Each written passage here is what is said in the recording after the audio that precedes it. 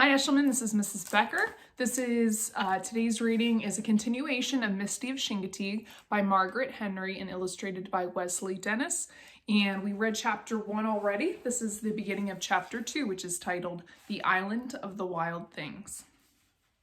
The ponies were exhausted and their coats were heavy with water, but they were free. They raised their heads and snuffed the wind. The smell was unlike that of the lowlands moors of Spain, but it was good. They sucked in the sharp, sweet pungence of pine woods, and somewhere mixed in with the piney smell came the enticing scent of salt grass. Their stomachs were pinched with hunger, but the ponies did not seek the grass at once. They shook the water from their coats. Then they rolled back and forth in the sand, enjoying the solid feel of land. At last the stallion's hunger stirred him to action. He rounded up his mares, and with only a watery moon to light the way, he drove them through the needle-carpeted woods. The mares stopped to eat the leaves of some myrtle bushes, but the stallion jostled them into line. Then he took the lead. So direct was his progress, it seemed almost as if he had trodden here before. Through bramble and thicket, through brackish pools of water, he led the way. The moon was high overhead when the little band came out on grassy marshland.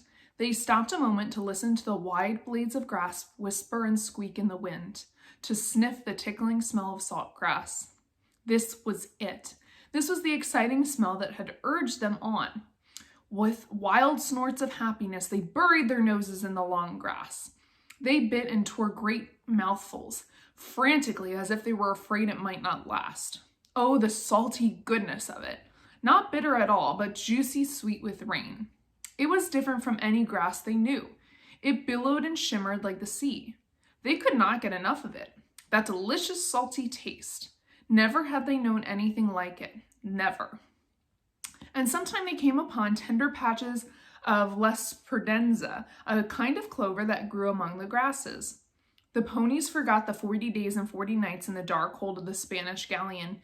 They forgot the musty hay. They forgot the smell of bilge water, of oil and fishy odors from the cooking galley. When they could eat no more, they pawed shallow wells with their hooves for drinking water. Then they rolled in the wiry grass, letting out great whinnies of happiness. They seemed unable to believe that the island was all their own, not a human being anywhere, only grass and sea, and sky and the wind. At last, they slept. There are the ponies on the island. The seasons came and went, and the ponies adopted to the new world as their own. They learned how to take care of themselves. When summer came, and with it the green head flies by day and the mosquitoes by night, they plunged into the sea, up to their necks in the cool surf. The sea was their friend. Once it had set them free, now it protected them from their fiercest enemies. Winter came and the grass yellowed and dried, but the ponies discovered that close to the roots it was still green and good to eat. Even when a solid film of ice sealed the land, they did not go hungry. They broke through the ice with their hooves or went off into the woods to eat the myrtle leaves that stayed green all winter. Snow was a new experience too. They blew at it, making little snow flurries of their own. They tasted it. It melted on their tongues. Snow was good to drink. If the Spaniards could have seen their ponies now, they would have been startled at their changed appearance. No longer were their coats sleek. They were as thick and shaggy as the coat of any sheepdog. This was a good thing. On bitter days, when they stood close, huddled for comfort, each pony could enjoy the added warmth of his neighbor's coat as well as his own. There were no wolves or wildcats on the island, but there was deep, miry mud to trap creatures and suck them down.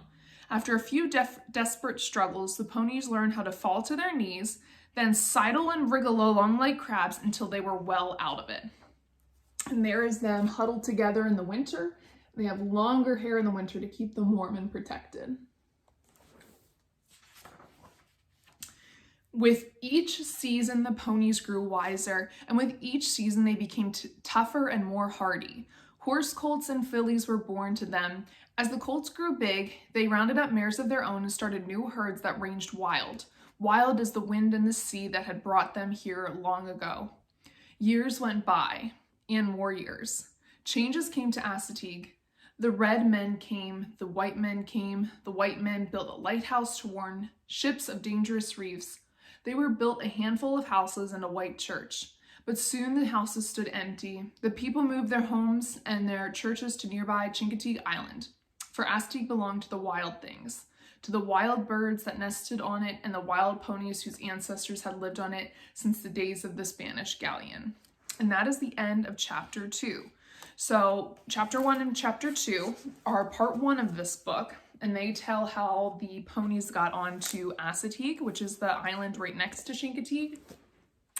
And what we learned is that the Spanish galleon that was trying to take horses to Peru shipwrecked on an island called Assateague that's right near Chincoteague Island in Virginia. And that's the legend of how the wild ponies got onto the island. And now our next chapter, our next part, is about Misty, and we're going to learn a little bit about who Misty is. So stay tuned for chapter 3.